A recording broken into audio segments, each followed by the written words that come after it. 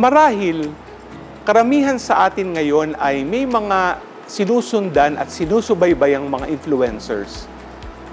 Nakakaaliw naman kasi minsan manood ng mga content na ginagawa nila. Ngunit may mga ilan sa mga ito ang hindi magandang tularan dahil hindi maganda ang kanilang pinapakita. Ngayong araw, ginugunita natin ang kapistahan ni San Agustin.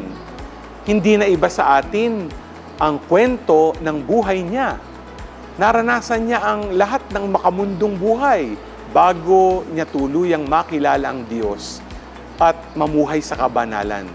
Later in his life, he practiced what he preached.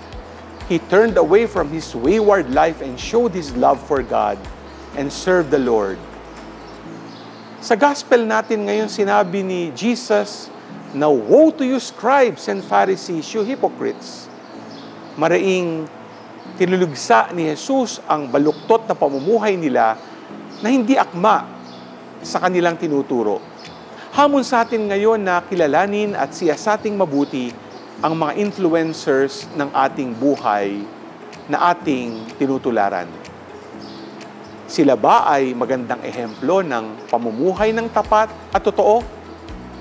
G ka ba?